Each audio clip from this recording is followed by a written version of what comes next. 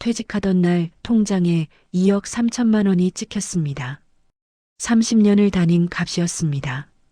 그로부터 2년 뒤 그 통장에는 4천만 원이 남아 있습니다. 누가 가져간 게 아닙니다. 제가 줬습니다. 확실하다는 말을 믿고 주변 사람도 한다는 말에 안심하고 제 손으로 도장을 찍었습니다. 지금 이 이야기를 들으시는 분 중에 저와 비슷한 상황에 계신 분이 있을 겁니다. 아직 도장을 찍기 전이라면 제 이야기를 끝까지 들어주십시오. 제가 다니던 회사는 중견 제조업체였습니다. 32살에 입사해서 61살에 나왔습니다. 딱 30년이었습니다. 마지막 날 사무실을 나오면서 뒤를 한번 돌아봤습니다. 30년 동안 매일 앉았던 자리가 보였습니다. 후임자가 이미 그 자리에 앉아서 컴퓨터를 보고 있었습니다. 아무 일도 없었다는 듯이 저는 그 모습을 보면서 이상하게 다리에 힘이 빠지는 느낌이 들었습니다. 30년이 저렇게 쉽게 지워지는 거구나 싶었습니다. 동료들이 작은 케이크를 사왔습니다. 촛불을 끄면서 다들 웃었습니다. 저도 웃었습니다.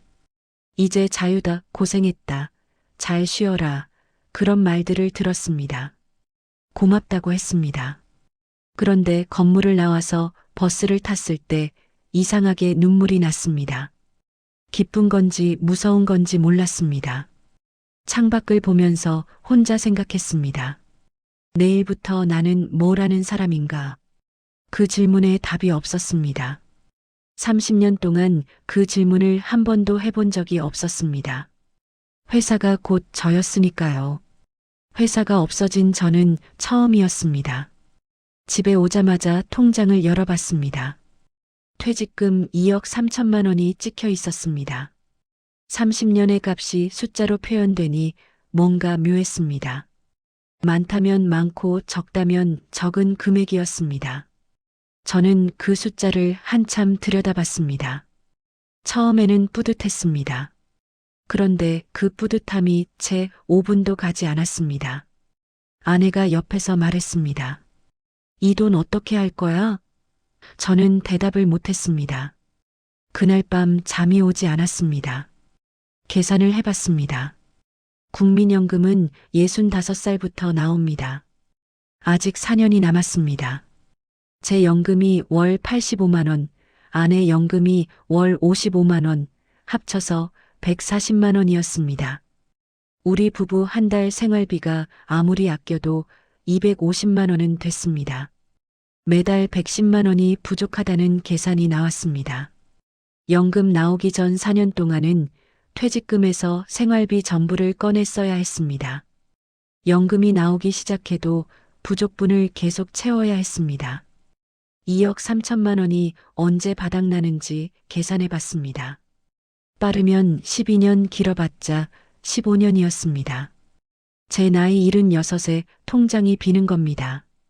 그 이후가 문제였습니다. 그 계산을 하고 나서 잠이 더 안 왔습니다. 오래 살면 살수록 돈이 없어지는 구조였습니다. 건강하게 오래 사는 게 두려울 수도 있다는 생각이 처음으로 들었습니다. 그 생각이 드는 게 또 서러웠습니다. 30년을 열심히 살았는데 왜 오래 사는 게 두렵냐고. 그러면서도 그 불안감을 떨칠 수가 없었습니다. 그때부터 조급해지기 시작했습니다. 이 돈을 그냥 은행에 넣어두면 이자가 얼마 안 됩니다. 물가는 오르는데 돈의 가치는 떨어집니다. 뭔가를 해야 한다는 생각이 매일 머릿속을 맴돌았습니다. 그런데 뭘 해야 하는지 몰랐습니다. 주식은 무서웠습니다. 코로나 때 주변에서 반토막 났다는 얘기를 너무 많이 들었습니다. 예금은 이자가 너무 낮았습니다. 그 사이 어딘가에 뭔가 괜찮은 게 있을 것 같았습니다. 그 막연한 기대가 저를 준비되지 않은 상태로 움직이게 했습니다. 퇴직한 지 한 달이 지났을 때였습니다. 동네 친구 박 씨한테서 전화가 왔습니다.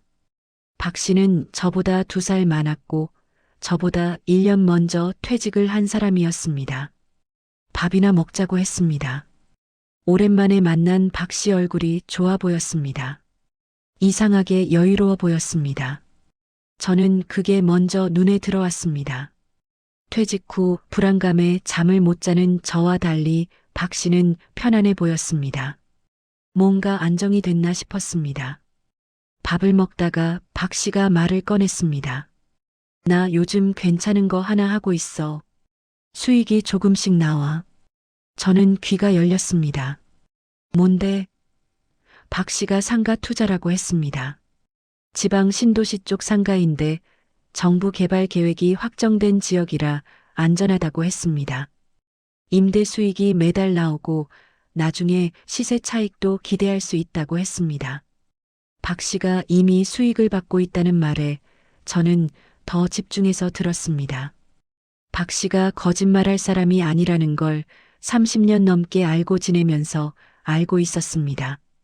그 신뢰가 제 판단을 흐렸습니다. 박 씨가 다음 주에 세미나가 있다며 같이 가보자고 했습니다. 저는 그 자리에서 그래라고 했습니다.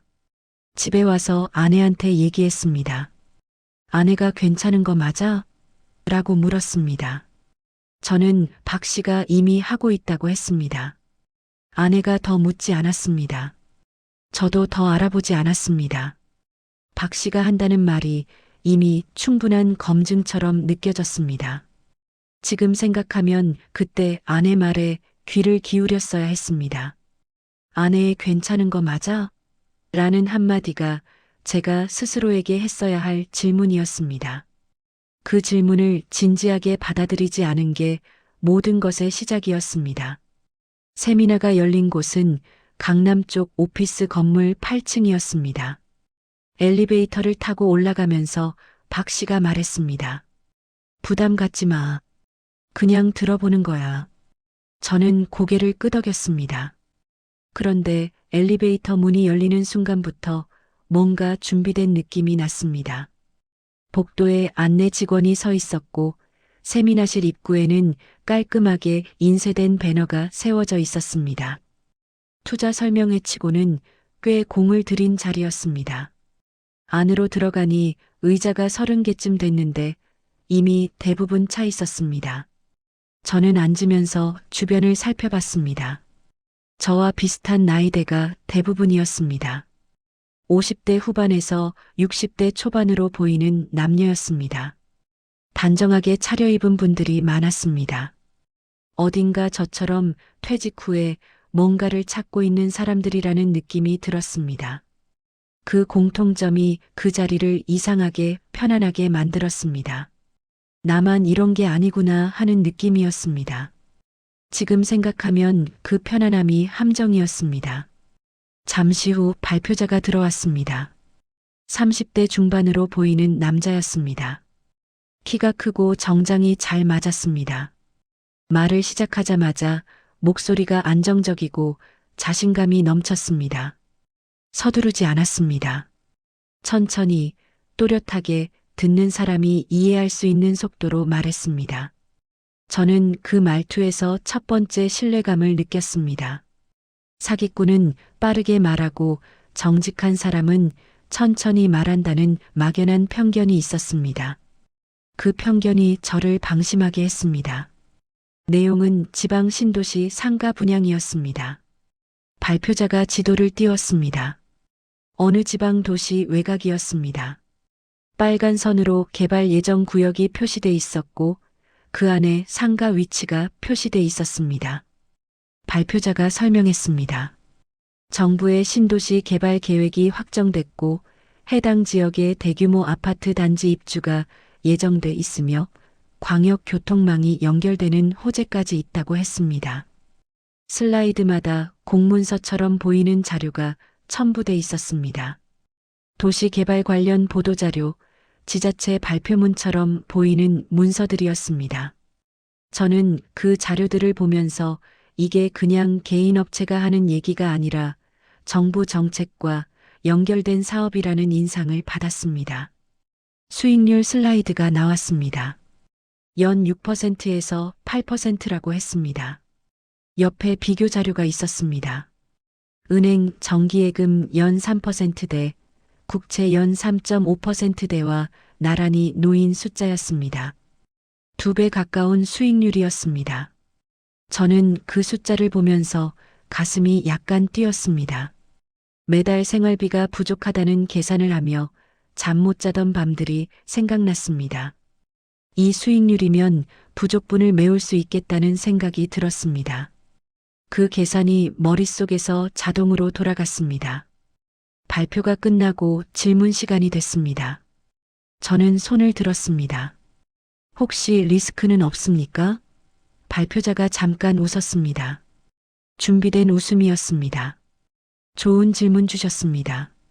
모든 투자에 리스크가 없다고는 말씀드릴 수 없습니다. 그런데 이 상품은 정부 개발 계획이 이미 확정된 지역이고 인구 유입이 예정돼 있는 상황이기 때문에 일반적인 투자와는 다릅니다. 저희가 확실하다고 말씀드릴 수 있는 게 바로 그 이유입니다. 확실하다는 말이 나왔습니다. 그 말이 질문에 대한 답이 됐습니다. 저는 더 캐묻지 않았습니다. 확실하다는 말을 들었으니 됐다고 생각했습니다. 지금 생각하면 그게 답이 아니었습니다. 리스크가 무엇인지 구체적으로 말하지 않고 확실하다는 말로 덮은 겁니다. 그걸 그때는 몰랐습니다. 다른 참석자가 손을 들었습니다. 60대 초반으로 보이는 남성이었습니다. 임차인이 안 들어오면 어떻게 됩니까? 발표자가 답했습니다. 저희가 초기 임차인 매칭 서비스를 제공하고 있습니다. 완공 후 일정 기간 안에 임차인을 연결해드리는 시스템이 갖춰져 있습니다. 그 남성이 고개를 끄덕였습니다. 저도 고개를 끄덕였습니다. 임차인 매칭 서비스라는 말이 그럴듯하게 들렸습니다. 그게 구체적으로 무엇을 보장하는지, 기간이 얼마인지, 안 됐을 때 어떻게 되는지는 아무도 묻지 않았습니다. 발표자도 그 부분을 자세히 설명하지 않았습니다. 세미나가 끝나고 나오면서 박 씨가 물었습니다. 어때? 저는 솔직하게 말했습니다. 좋아 보이는데 확신이 안 서. 박 씨가 말했습니다. 나도 처음엔 그랬어. 그런데 지금까지 수익 잘 나오고 있잖아. 나 작년에 들어갔는데 문제 없어. 박 씨가 이미 1년째 수익을 받고 있다는 말이었습니다. 저는 그 말에 마음이 움직였습니다. 박 씨가 나쁜 사람이 아니라는 걸 알았습니다. 나를 속이려는 사람이 아니라는 걸 알았습니다. 박 씨도 진심으로 좋다고 생각하는 거였습니다. 그 진심이 저한테는 검증이 됐습니다. 집에 오면서 담당자한테 연락처를 받았습니다. 며칠을 생각했습니다. 계약서를 받아서 읽었습니다. 읽기는 했습니다. 그런데 법률 용어가 가득한 계약서를 제대로 이해하지 못했습니다. 수익을 보장하지 않는다는 조항이 있었습니다. 읽었습니다. 그런데 발표자가 확실하다고 했으니 그건 형식적인 문구겠거니 했습니다. 그 판단이 틀렸다는 걸 나중에 알았습니다. 계약서에 있는 모든 문장은 형식이 아니었습니다. 그게 전부였습니다. 계약하러 간 날 담당자가 서류를 펼쳐놓았습니다. 분양가 2억 원이었습니다. 저는 도장을 찍기 직전에 딱 한 번 멈췄습니다. 이게 맞는 건지 잠깐 망설였습니다. 담당자가 그 순간을 놓치지 않았습니다. 어르신, 이 지역은 확실합니다. 걱정하지 않으셔도 됩니다. 또 그 말이었습니다. 저는 도장을 찍었습니다. 담당자가 웃으면서 악수를 청했습니다. 잘 결정하셨습니다. 저도 웃었습니다. 그날 그 웃음이 마지막으로 편안했던 웃음이었습니다. 계약을 하고 나서 한동안은 기분이 나쁘지 않았습니다. 뭔가를 했다는 느낌이 있었습니다. 그냥 통장에 넣어두고 불안해하는 것보다 결정을 내렸다는 사실 자체가 위안이 됐습니다. 아내한테 계약했다고 말했을 때 아내가 정말 괜찮은 거 맞지? 라고 또 물었습니다. 저는 박 씨도 1년째 잘 되고 있다고 했어라고 했습니다. 아내가 더 말하지 않았습니다. 그게 동의가 아니라는 걸 저는 그때 눈치채지 못했습니다. 아내는 그냥 포기한 거였습니다. 이미 도장을 찍었으니 말해봤자 소용없다는 걸 안 거였습니다. 상가는 계약 후 8개월 뒤에 완공된다고 했습니다. 저는 그 8개월을 꽤 편안하게 지냈습니다. 완공이 되면 임차인이 들어오고 매달 수익이 생기는 그림을 머릿속으로 그렸습니다. 부족한 생활비를 임대 수익으로 채우는 계획이었습니다. 그 계획이 실현되면 통장에서 돈을 꺼내 쓰는 속도가 줄어들 거라고 생각했습니다. 막연하지만 안심이 됐습니다. 그 안심이 위험했습니다. 확인되지 않은 기대를 사실처럼 믿고 있었으니까요. 완공 소식이 왔습니다. 담당자한테 연락이 왔습니다. 건물이 다 됐고 이제 임차인 매칭을 시작한다고 했습니다. 저는 반가웠습니다. 드디어 시작이구나 싶었습니다. 담당자가 말했습니다. 보통 완공 후 2달에서 3달 안에 임차인 연결이 됩니다.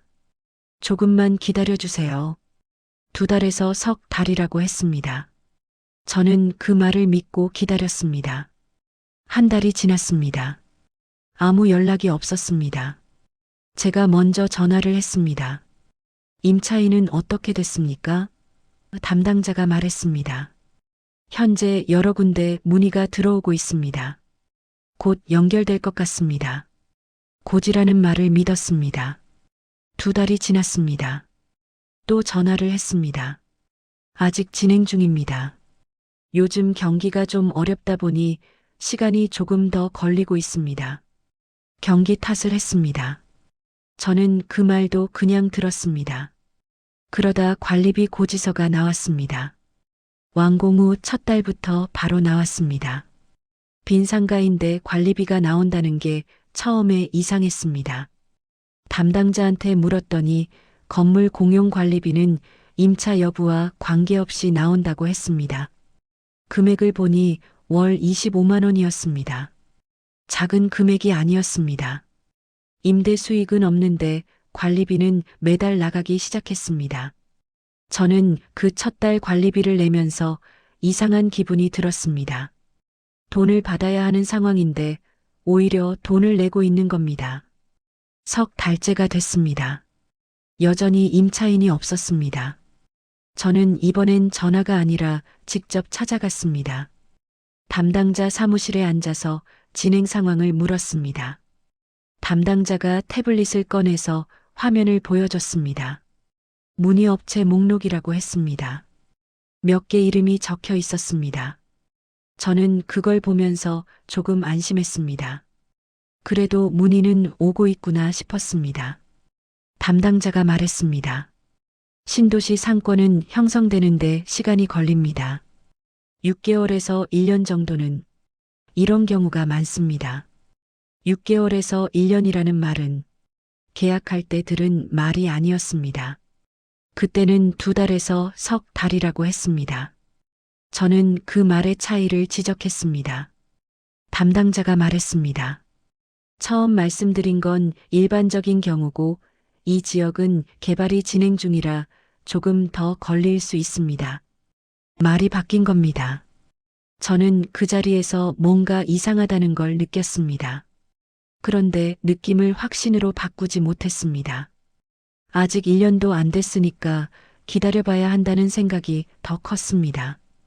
집에 오는 길에 그 지역을 직접 검색해 봤습니다. 처음이었습니다. 계약 전에 했어야 하는 일을 계약하고 3달이 지나서야 하고 있었습니다. 검색을 하다가 기사 하나가 눈에 들어왔습니다. 그 지역 신도시 개발 계획이 일부 수정됐다는 내용이었습니다. 당초 예정됐던 광역교통 노선이 예산 문제로 재검토 중이라는 기사였습니다. 세미나에서 가장 강조했던 교통 호재였습니다. 저는 그 기사를 읽으면서 손이 차가워지는 느낌이 들었습니다. 기사 날짜를 확인했습니다. 제가 계약하기 2달 전에 나온 기사였습니다. 조금만 찾아봤으면 알 수 있었습니다.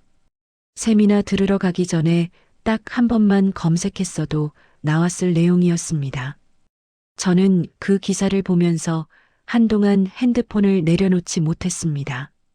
그날 밤 아내한테 그 기사 얘기를 했습니다. 아내가 기사를 읽더니 한참 말이 없었습니다. 그러다 말했습니다. 그럼 어떻게 되는 거야? 저는 대답하지 못했습니다. 모른다고 하기도 싫었고 괜찮다고 하기도 거짓말 같았습니다. 그냥 좀 더 지켜봐야 할 것 같다고만 했습니다. 아내가 방으로 들어갔습니다. 문이 닫히는 소리가 작게 났습니다. 저는 거실에 혼자 앉았습니다. 창밖이 어두웠습니다. 그 어둠이 유난히 깊어 보였습니다. 그날부터 잠을 제대로 못 잤습니다. 퇴직하던 날 버스 안에서 울었던 것과는 다른 이유로 다시 밤마다 천장을 보게 됐습니다. 그때는 앞이 불안해서였습니다. 이번엔 이미 벌어진 일이 무서워서였습니다. 두 가지가 달랐습니다. 앞이 불안한 건 아직 선택의 여지가 있습니다. 이미 벌어진 일은 되돌릴 수가 없습니다. 저는 그 차이를 그때 처음으로 몸으로 느꼈습니다. 잠을 못 자는 날이 늘어나면서 저는 뭔가를 해야 한다는 생각이 강해졌습니다. 가만히 기다리는 게 더 이상 견디기 어려웠습니다. 그러다 같은 건물에 상가를 분양받은 사람들이 더 있다는 걸 떠올렸습니다. 계약할 때 담당자가 이 건물 상가가 총 22개라고 했습니다. 저 말고도 21명이 더 있다는 겁니다. 그 사람들은 어떤 상황인지 궁금했습니다. 혹시 저만 이러는 건 아닌지, 다른 분들은 잘 되고 있는 건 아닌지 알고 싶었습니다. 관리사무소에 연락했습니다. 입주자 연락처를 알 수 없냐고 물었더니 개인정보 문제로 줄 수 없다고 했습니다. 그 대신 입주자 모임을 만들어서 공지를 띄워줄 수 있다고 했습니다. 저는 그렇게 해달라고 했습니다. 며칠 뒤 관리사무소에서 건물 내 상가 분양자 모임을 안내하는 문자가 나갔습니다. 날짜와 장소를 정했습니다. 건물 1층 로비에서 만나기로 했습니다. 약속한 날 가보니 12명이 나왔습니다. 22개 상가 중 12명이 모인 겁니다. 절반이 넘게 온 겁니다. 저는 그 숫자를 보면서 이미 많은 사람이 불안함을 느끼고 있다는 걸 알았습니다. 문제가 없었다면 이렇게 많이 나오지 않았을 겁니다. 둘러보니 다들 저와 비슷한 나이였습니다. 50대 후반에서 60대 중반이었습니다. 표정이 하나같이 어두웠습니다. 처음엔 서로 어색하게 앉아 있다가 한 분이 먼저 입을 열었습니다. 60살쯤 돼 보이는 남성이었습니다. 저는 완공된 지 넉 달째인데 아직 임차인이 없습니다. 관리비만 나가고 있고요. 그 말이 물꼬를 텄습니다. 다들 한마디씩 했습니다. 비슷한 이야기였습니다. 임차인이 없다. 담당자한테 전화하면 기다리라고만 한다. 처음에 들은 말과 다르다. 저만 이런 게 아니었습니다. 12명이 전부 비슷한 상황이었습니다. 그런데 그게 위로가 되지 않았습니다. 오히려 더 무서웠습니다. 나만 당한 게 아니라는 게 이 구조가 얼마나 촘촘하게 설계됐는지를 보여주는 것 같았습니다. 세미나에 온 사람들 대부분이 같은 말을 듣고 같은 과정을 거쳐서 같은 결정을 한 겁니다. 그 과정이 얼마나 정교했으면 이렇게 많은 사람이 똑같이 움직였을까 싶었습니다. 한 분이 눈에 띄었습니다. 66살이라고 하셨습니다. 여성분이었는데 얼굴이 많이 수척해 보였습니다. 말씀을 꺼내실 때 목소리가 떨렸습니다. 저는 남편이 작년에 암으로 세상을 떠났습니다. 보험금으로 1억 5천만 원이 나왔는데 그게 제 전부였습니다. 그걸 여기 넣었습니다. 그 자리가 조용해졌습니다. 아무도 말을 하지 않았습니다. 그분이 계속 말씀하셨습니다. 딸한테는 말을 못했습니다. 괜찮은 거 하나 했다고 했는데 이제 뭐라고 해야 할지 모르겠습니다. 저는 이제 어떻게 해야 하는 건지 목소리가 끝에 가서 잘렸습니다. 울음을 참는 것 같았습니다. 저는 그 말을 들으면서 가슴이 무거워졌습니다. 남편을 잃고 받은 보험금, 그분한테 그 돈이 어떤 의미인지는 말하지 않아도 알았습니다. 그 돈이 마지막 남은 버팀목이었을 겁니다. 그 버팀목이 지금 흔들리고 있는 겁니다.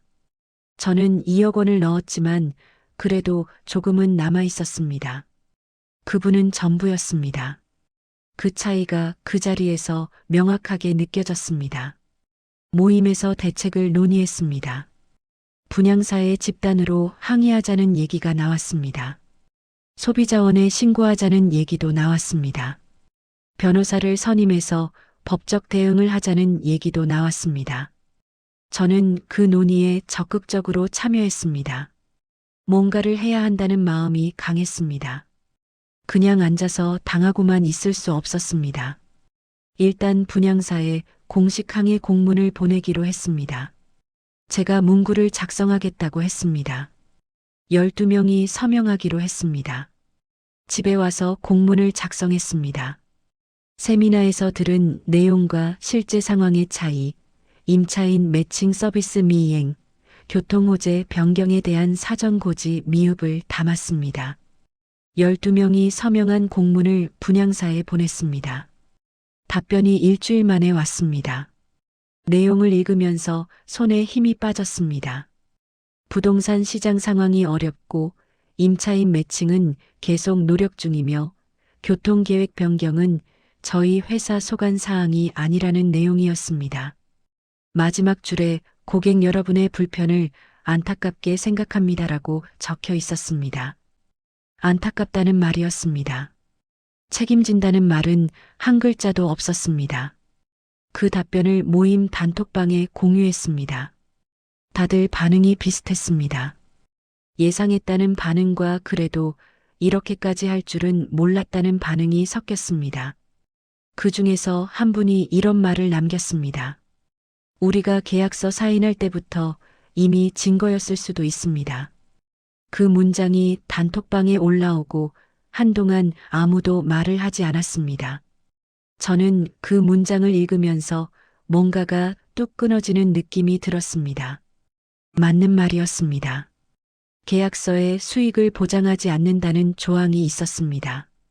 저는 그걸 읽고도 넘겼습니다. 담당자가 확실하다고 했으니까요. 그 한마디가 계약서의 모든 조항을 덮어버렸습니다. 그 결과가 지금이었습니다. 그날 밤 저는 오래 앉아 있었습니다. 아내는 이미 자고 있었습니다. 거실에 혼자 앉아서 그 여성분 목소리를 떠올렸습니다. 1억 5천만 원이 전부였다고 하셨던 목소리. 이제 어떻게 해야 하는지 모르겠다고 하셨던 목소리. 그분이 그 돈을 모으기까지 얼마나 오랜 시간이 걸렸을지, 그 돈이 그분한테 어떤 의미였을지를 생각했습니다. 그리고 저 자신도 생각했습니다. 나는 그분보다 조금 나은 상황이지만 방향은 같은 곳을 향하고 있었습니다. 줄어드는 통장, 팔리지 않는 상가, 기다리라는 말만 반복하는 담당자. 그 방향이 어디로 가는지 이제는 알 것 같았습니다. 공문을 보내고 답변을 받고 나서 저는 한동안 무기력했습니다. 뭔가를 했는데 아무것도 달라지지 않았습니다. 항의를 했는데 안타깝다는 말 한마디가 돌아왔습니다. 그 무기력함이 집 안으로 스며들기 시작했습니다. 처음에는 티가 나지 않았습니다. 그런데 시간이 지나면서 조금씩 쌓이기 시작했습니다. 아내가 달라진 건 상가 계약한 지 6달쯤 됐을 때였습니다. 처음에는 말을 아꼈습니다. 제가 힘들어 보이는 걸 알고 건드리지 않으려는 것 같았습니다. 그런데 어느 순간부터 한마디씩 나오기 시작했습니다. 처음엔 짧았습니다. 임차인은 아직이야? 저는 아직이라고 했습니다. 아내가 더 말하지 않았습니다. 그런데 그 짧은 대화가 매일 반복됐습니다. 매일 같은 질문, 매일 같은 대답.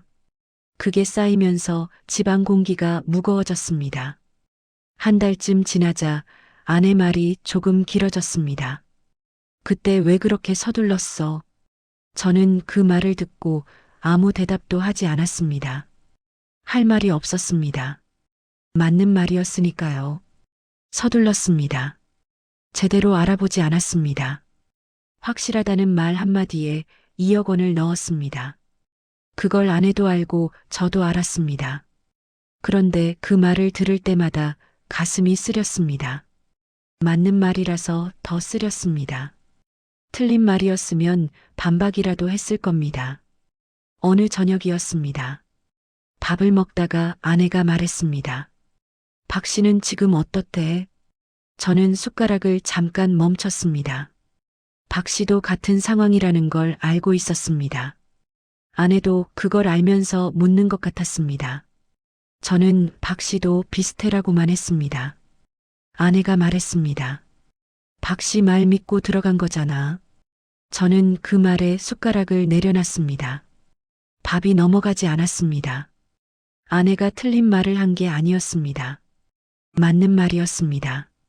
그런데 그 말을 밥상 앞에서 들으니까 밥을 먹을 수가 없었습니다. 저는 잠깐 바람 쐬고 올게라고 하고 자리에서 일어났습니다. 아내가 아무 말하지 않았습니다. 그 침묵이 더 무거웠습니다. 밖에 나가서 동네를 한 바퀴 걸었습니다. 어두운 골목을 걸으면서 생각했습니다. 퇴직하기 전에 아내랑 이런저런 계획을 세웠습니다. 퇴직하면 제주도도 가고 맛있는 거 먹으러 다니고 오랫동안 못했던 것들을 하자고 했습니다. 그 얘기를 꺼낸 게 언제였는지 기억이 나지 않았습니다. 퇴직 후에 한 번도 그 얘기가 나오지 않았습니다. 나올 수가 없었습니다. 돈 걱정이 앞에 있는데 여행 얘기가 나올 수 없었습니다. 계획했던 것들이 하나씩 사라지고 있었습니다. 소리도 없이 사라지고 있었습니다. 집에 들어오니 아내가 이미 자고 있었습니다.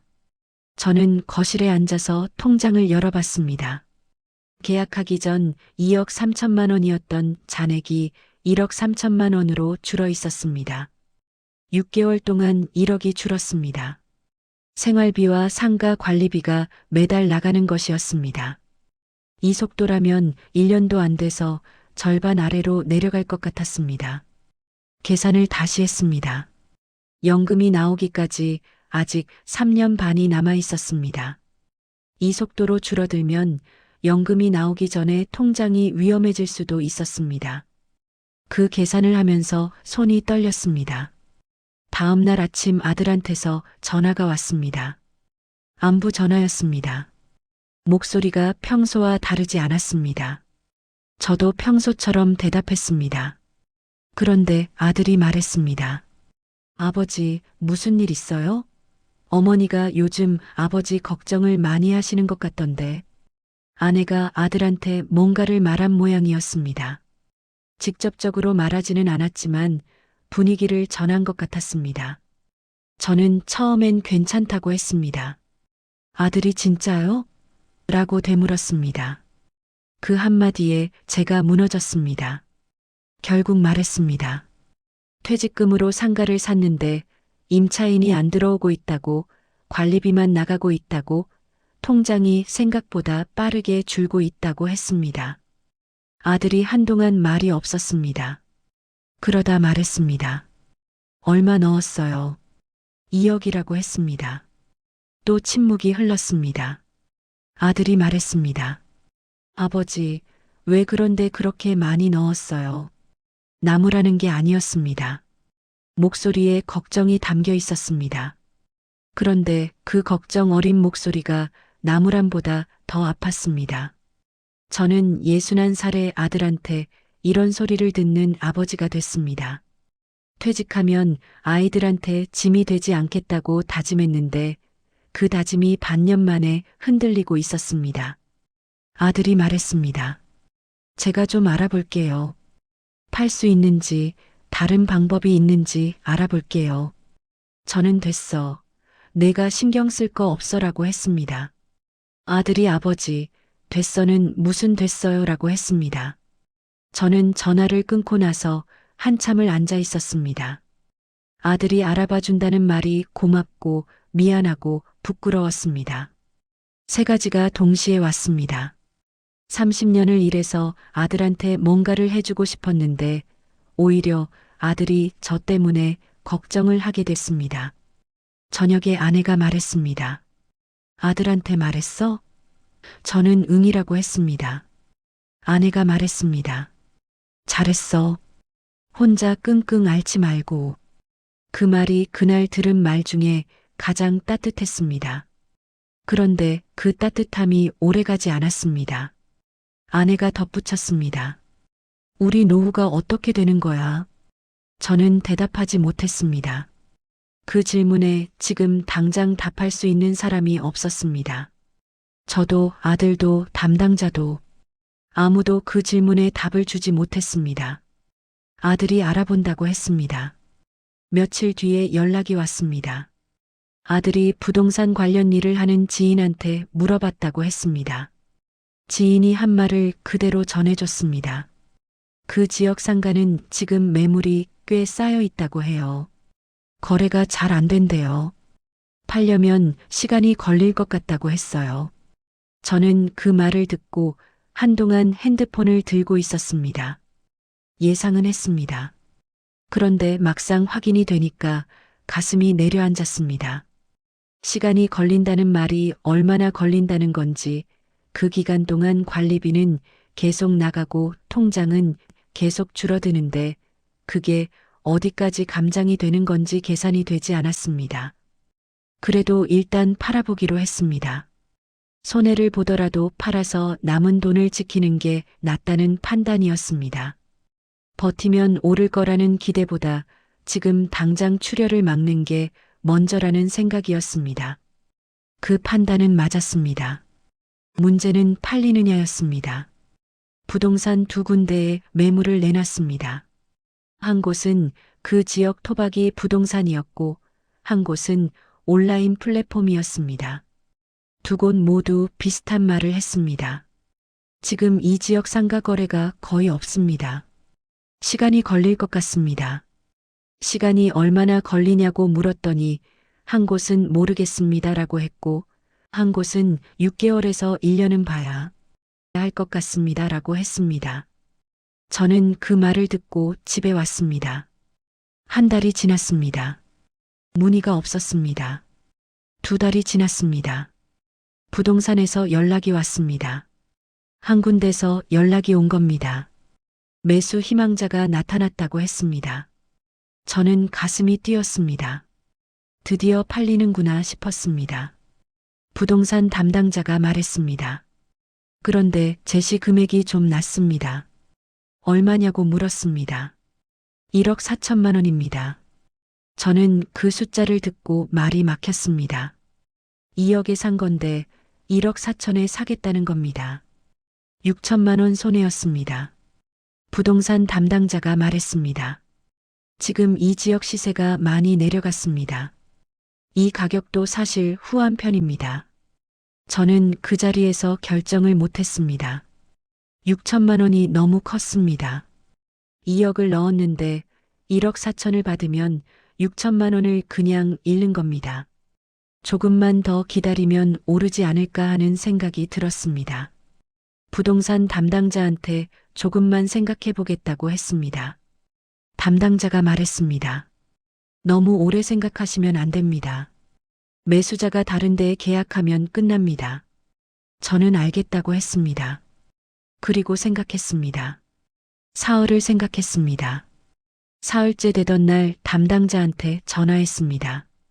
조금 더 올려받을 수 있는지 협의해달라고 했습니다. 담당자가 매수자한테 연락해보겠다고 했습니다. 다음 날 답이 왔습니다.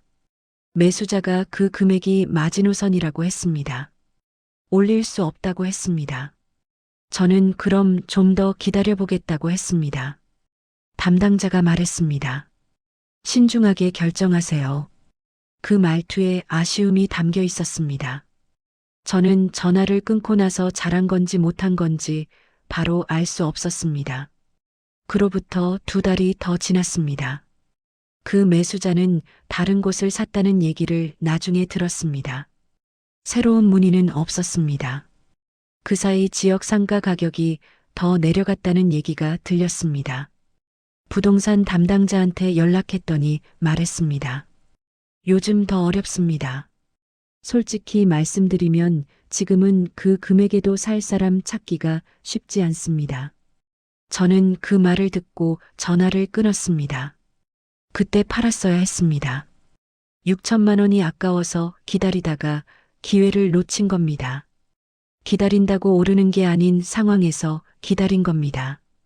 그 판단이 틀렸다는 걸 그때는 몰랐고 지금은 알지만 이미 늦었습니다. 가격을 더 낮춰서 다시 내놨습니다.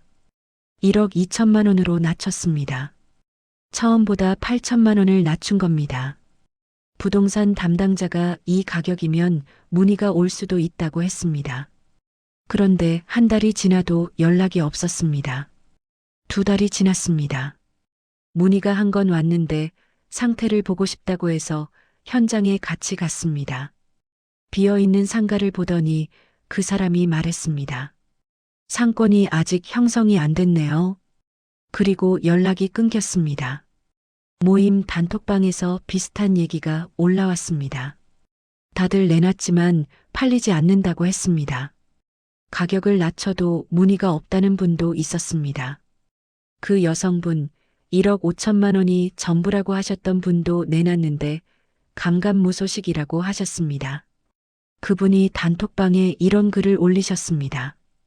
저는 이제 딸한테 말했습니다. 딸이 많이 울었습니다. 저도 울었습니다. 어떻게 해야 할지 모르겠습니다. 그 글 아래 답글이 달렸습니다.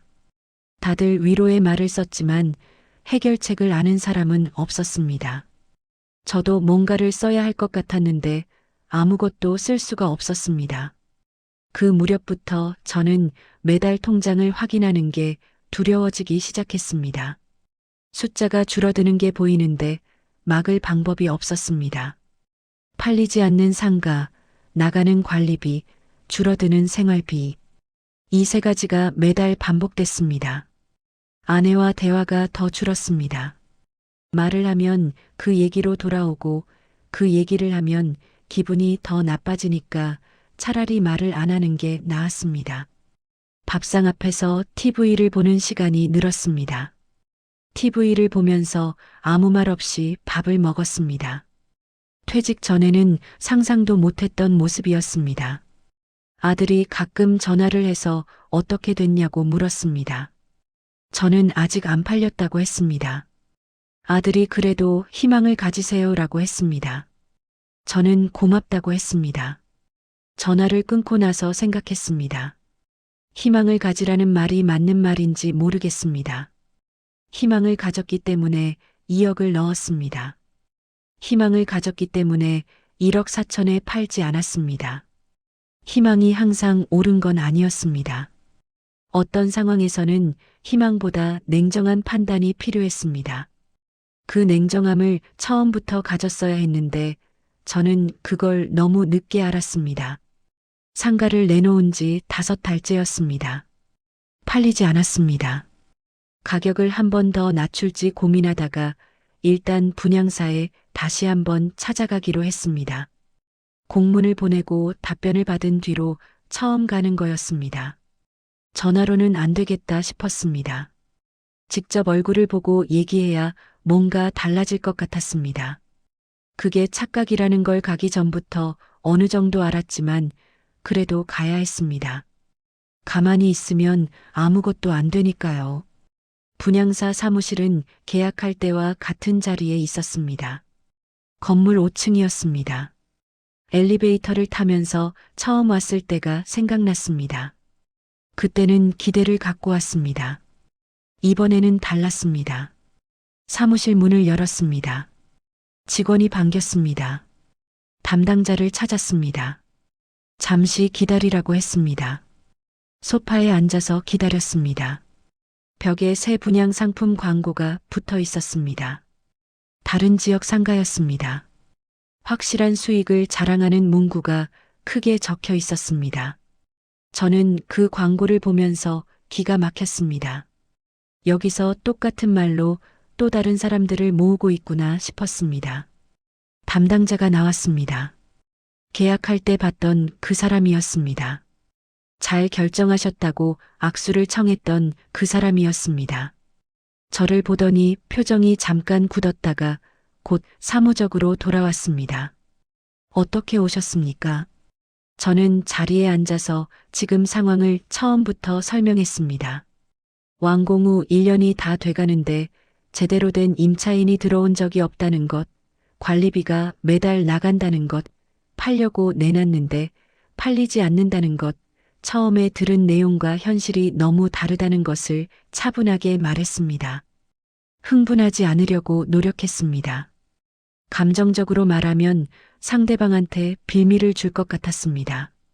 담당자가 들었습니다. 제가 다 말하고 나서 담당자가 입을 열었습니다. 현재 부동산 시장 전반이 어려운 상황입니다. 저희도 최선을 다해 임차인 매칭을 진행하고 있습니다. 저는 말했습니다. 최선을 다한다고 하셨는데 구체적으로 지금 어떤 걸 하고 계십니까? 담당자가 잠깐 멈췄습니다. 그러다 말했습니다. 여러 채널을 통해 임차 희망자를 모집하고 있습니다. 어떤 채널이냐고 물었습니다. 온라인 플랫폼과 지역 부동산 네트워크를 활용하고 있습니다. 저도 그렇게 해봤다고 했습니다. 안 된다고 했습니다. 담당자가 말했습니다. 시장 상황이 어렵다 보니 시간이 걸리는 겁니다. 또 시장 탓이었습니다. 저는 핵심을 물었습니다. 그러면 이 상황에 대해 회사가 어떤 책임을 질 수 있습니까? 담당자가 잠깐 표정이 굳었습니다. 계약서상 수익을 보장하는 조항은 없습니다. 저희가 법적으로 책임질 수 있는 부분은 없습니다. 저는 그 말을 들으면서 손에 힘이 들어갔습니다. 감정을 억눌렀습니다. 세미나에서 확실하다고 하셨잖습니까? 담당자가 말했습니다. 그건 당시 시장 상황을 바탕으로 한 전망이었습니다. 투자에는 항상 불확실성이 있습니다. 확실하다고 했던 말이 이제 전망이 됐습니다. 저는 더 말을 잇지 않았습니다. 이 대화가 어디로 가는지 알았습니다. 아무데도 가지 않았습니다. 자리에서 일어나면서 한마디만 했습니다.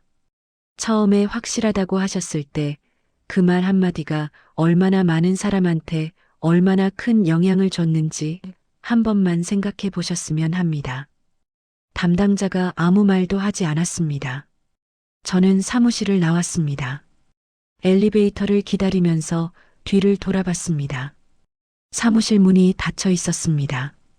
벽에 붙은 새 분양 광고가 보였습니다. 저는 고개를 돌렸습니다. 세미나에서 확실하다고 했던 그 발표자를 찾았습니다. 이름을 기억했습니다. 명함도 받아놨습니다. 연락처로 전화를 했습니다. 수신이 되지 않는다는 안내 음성이 나왔습니다. 문자를 보냈습니다. 답이 없었습니다. 회사에 전화해서 그 사람을 찾았습니다. 퇴사했다고 했습니다. 언제 퇴사했냐고 물었더니 몇 달 됐다고 했습니다. 다른 연락처를 알 수 없냐고 했더니 알 수 없다고 했습니다. 저는 전화를 끊었습니다. 확실하다고 했던 사람은 이미 없었습니다. 그 말만 남았습니다. 모임 단톡방에 분양사 방문 결과를 공유했습니다. 다들 예상했다는 반응이었습니다. 한 분이 말씀하셨습니다. 저도 다녀왔는데 똑같은 말 들었습니다. 시장이 어렵다, 계약서상 책임 없다. 그 말 두 마디였습니다. 그 말에 다들 공감했습니다. 저는 소비자원 신고 얘기를 꺼냈습니다. 이미 몇 분이 신고를 해놓은 상태였습니다. 집단으로 신고를 하면 좀 더 효과가 있을 것 같아서 나머지 분들도 함께 하기로 했습니다. 12명 모두 신고했습니다. 소비자원에서 답변이 오는데 2달이 걸렸습니다. 내용을 읽었습니다. 계약서상 수익 보장 조항이 없기 때문에 법적으로 문제를 제기하기 어렵다는 내용이었습니다. 과장 광고에 해당하는지 추가 검토가 필요하지만 입증이 쉽지 않다고 했습니다. 저는 그 답변을 읽으면서 벽 앞에 서 있는 느낌이 들었습니다. 아무리 밀어도 움직이지 않는 벽이었습니다. 변호사와 상담도 했습니다. 아들이 알아봐준 변호사였습니다. 변호사가 서류를 보고 말했습니다. 사기로 입증하려면 처음부터 속일 의도가 있었다는 걸 증명해야 합니다. 그게 쉽지 않습니다. 세미나 발표 자료나 담당자 발언을 녹취한 게 있습니까? 없었습니다. 계약할 때 확실하다고 했던 말을 녹음한 게 없었습니다. 변호사가 말했습니다. 소송을 진행하더라도 시간과 비용이 많이 들고 결과를 장담하기 어렵습니다. 솔직히 말씀드리면 소송으로 얻는 것보다 쓰는 게 더 클 수 있습니다. 저는 소송을 포기했습니다. 싸울 힘도 싸울 돈도 없었습니다. 남은 통장 잔액을 소송 비용으로 쓸 수는 없었습니다. 결국 아무도 책임지지 않았습니다. 확실하다고 했던 사람은 사라졌고 분양사는 계약서 뒤에 숨었고 법은 저를 도와줄 수 없었습니다. 그 자리에 남은 건 저뿐이었습니다. 줄어드는 통장과 팔리지 않는 상가와 함께 저만 그 자리에 있었습니다. 그게 현실이었습니다. 아무리 억울해도 그게 현실이었습니다. 상가를 내놓은 지 8달이 됐습니다. 아직 팔리지 않았습니다. 가격을 한 번 더 낮췄습니다. 2억에 샀는데 지금 내놓은 가격이 1억 1천만 원입니다. 9천만 원을 손해보는 가격입니다. 그래도 문의가 뜸합니다. 부동산 담당자가 요즘 이 지역 상가는 가격을 낮춰도 매수자를 찾기가 어렵다고 했습니다. 저는 그 말을 듣고 더 이상 묻지 않았습니다. 물어봤자 달라지는 게 없었습니다. 통장 잔액이 이제 8천만 원 아래로 내려갔습니다. 퇴직할 때 2억 3천만 원이었습니다. 1년 반 사이에 이 지경이 됐습니다. 생활비, 관리비, 이런저런 것들이 쌓인 결과입니다. 국민연금이 나오기까지 아직 2년 반이 남았습니다. 그 2년 반 동안 이 속도로 줄어들면 연금이 나올 즈음에 통장이 거의 바닥날 수 있습니다. 그 계산을 하면서 밤잠을 못 자는 날이 늘었습니다. 아내가 파트타임 일을 시작했습니다. 마트 계산원 일이었습니다. 저한테 말하지 않고 혼자 알아봐서 시작했습니다. 어느 날 유니폼을 입고 나가는 걸 봤습니다. 어디 가냐고 물었더니 마트에 일자리가 생겼다고 했습니다. 저는 그 자리에서 아무 말도 못했습니다. 아내가 현관문을 나갔습니다. 저는 닫히는 문을 보면서 서 있었습니다.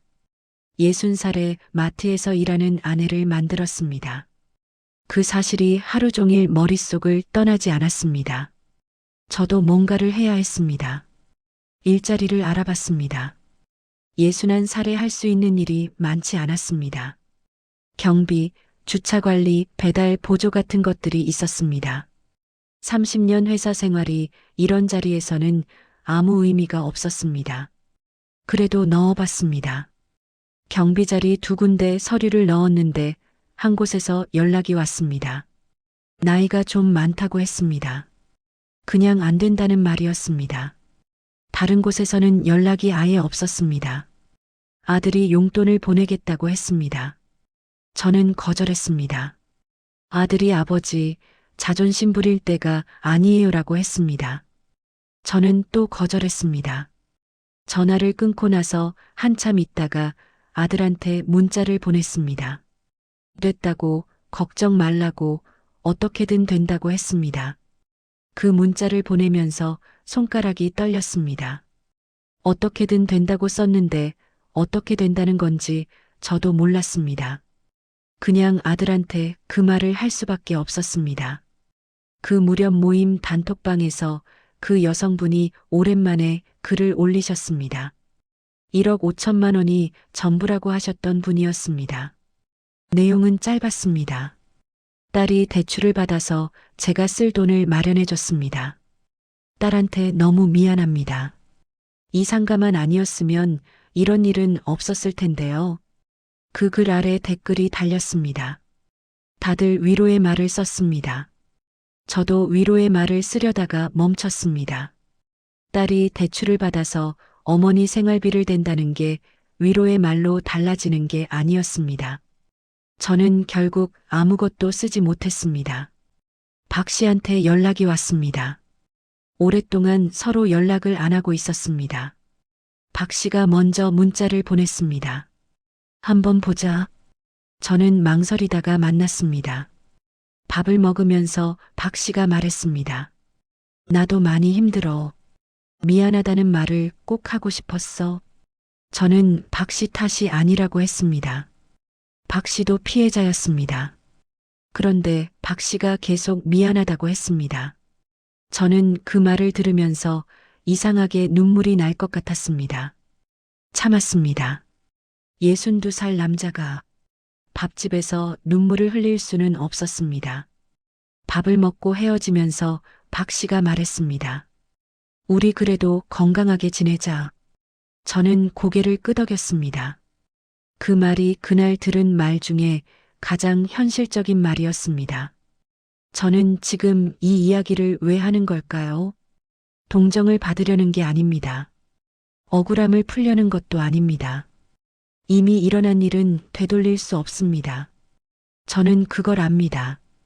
그런데 이 이야기가 저 혼자만의 이야기가 아니라는 걸 알기 때문입니다. 지금 이 순간에도 어딘가에서 누군가가 세민하실 의자에 앉아서 확실하다는 말을 듣고 있을 겁니다. 주변 사람도 한다는 말에 안심하고 있을 겁니다. 나만 손해보겠냐는 생각으로 도장을 찍으려 하고 있을 겁니다. 그분께 말씀드리고 싶습니다. 확실하다는 말이 나오는 순간 한 발짝 물러서십시오. 확실한 투자는 없습니다. 세상에 확실한 수익을 주는 상품이 있다면 그 사람들이 왜 나한테 팔겠습니까? 본인들이 다 하면 됩니다. 그걸 굳이 세미나를 열고 불특정 다수에게 파는 건 이유가 있습니다. 그 이유를 먼저 생각하셔야 합니다. 노후 자산은 얼마를 버느냐가 아닙니다. 얼마를 잃지 않고 버티느냐입니다. 수익률 6%를 노리다가 원금의 절반을 잃는 것보다 수익률 3%라도 원금이 안전한 게 낫습니다. 버틸 수 있어야 합니다. 팔고 싶을 때 팔 수 있어야 합니다. 급할 때 꺼낼 수 있어야 합니다. 그게 노후 자산의 기준입니다. 수익률표 숫자가 기준이 아닙니다. 주변 사람이 한다는 말도 검증이 아닙니다. 박 씨도 저도 같이 당했습니다. 믿을 수 있는 사람이 한다는 게 그 투자가 안전하다는 증거가 되지 않습니다. 그 사람도 모르고 한 겁니다. 나만 손해보겠냐는 생각도 위험합니다. 손해보는 사람이 여럿이어도 손해는 손해입니다. 저는 아직 그 상가를 갖고 있습니다. 언제 팔릴지 모릅니다. 얼마에 팔릴지도 모릅니다. 그게 지금 저의 현실입니다. 상처는 남았고 상황은 해결되지 않았습니다. 그 현실을 안고 오늘도 살아가고 있습니다. 이 이야기를 들으시는 분 중에 지금 비슷한 제안을 받고 계신 분이 있으실 겁니다.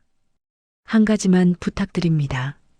결정하기 전에 딱 한 번만 더 생각해 보십시오. 확실하다는 그 말이 정말 확실한 건지. 저는 오늘도 아침에 통장을 열어봅니다. 숫자가 어제보다 줄어 있습니다. 그 숫자를 보면서 생각합니다. 내가 그때 딱 한 번만 더 생각했더라면